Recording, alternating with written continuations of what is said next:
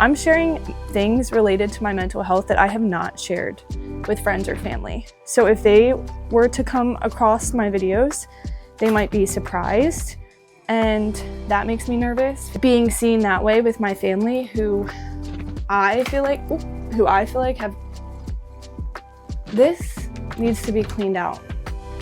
So yeah, I noticed that I'm like afraid to feel seen. I'm afraid of my family seeing it and being judged that way, because I have been judged in the past by my family. So I'm terrified of that happening again.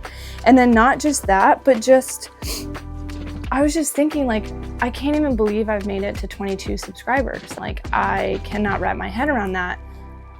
And I was like, if this is how I feel with 22, what am I gonna feel like when I'm at 1,000?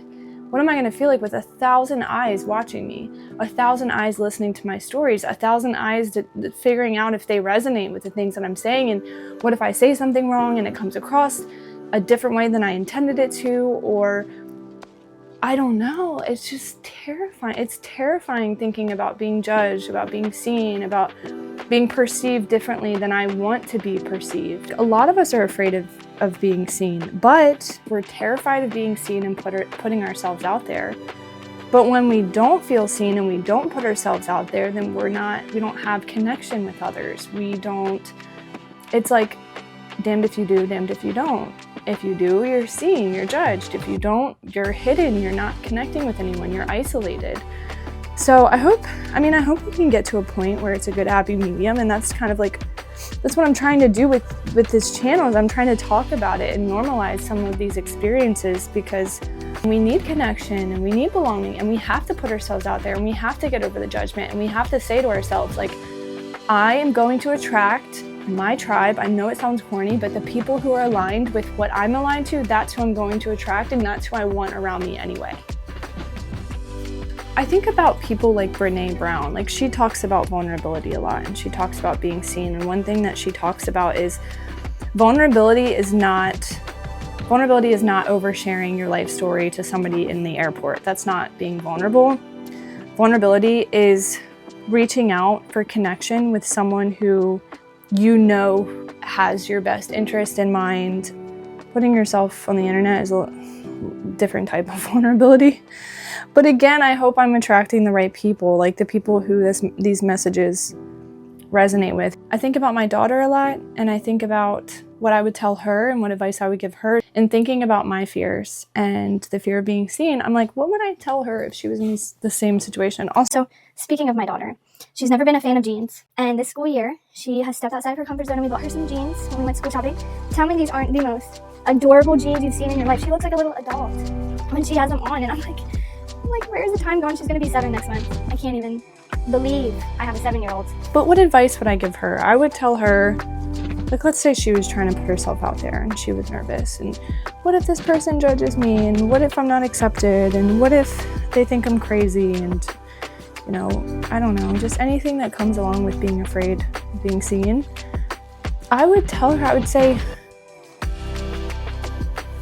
would you rather live a life under a rock, never connecting with anyone, never feeling an impact, whether it's a one-on-one personal connection impact, whether it's a bigger impact, whether it's just an impact on one person? If you connect with one person, you can literally save a person's life through one connection.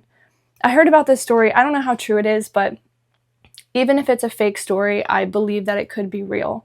But I heard this story from one of my family members, that there was a guy who went to one of the local high schools, and he wasn't very popular, and he was kind of a loner, and it makes me tear up a little bit thinking about it. I guess he went to school, and he was cleaning out his locker one day because he was going to go kill himself. And the same day that he was doing all of that, one of the football players or the jocks or somebody ended up running into him and knocked his books over or something when he was carrying them. And the football guy stopped and was like, I'm so sorry I did that. Let me help you pick these up. I'm so sorry. I hope you're having a good day today. And he was so nice about it. And that one interaction changed this guy's life, because he ended up not going home and doing it because he had felt that connection. And one thing I'm really interested in is suicide, and what drives us to suicide, and how we can prevent suicide, and what are the buffers. And one of the buffers of not just suicide, but mental illness in general is connecting. It's connection. But in order to connect, we have to put ourselves out there. So in order to save lives, in order to make changes, in order to do all of that, we have to connect. And to connect, we have to get over our fear of not being accepted, of being judged. We have to get over those fears, because what's on the other end is so much more important and valuable in a lifetime than hiding under a rock the whole time. That's what I would tell her. That's what I would tell my daughter. Here's another thing I've heard. I really like this analogy. I heard it recently. Somebody told me recently, if, let's say you're in a room with 100 people and your job is to set the thermostat, no matter what you set that thermostat to, somebody in that room is going to be unhappy. So you have to kind of look at it like that, like a thermostat. And, you know, you're not always going to make everybody happy, but that's not the point.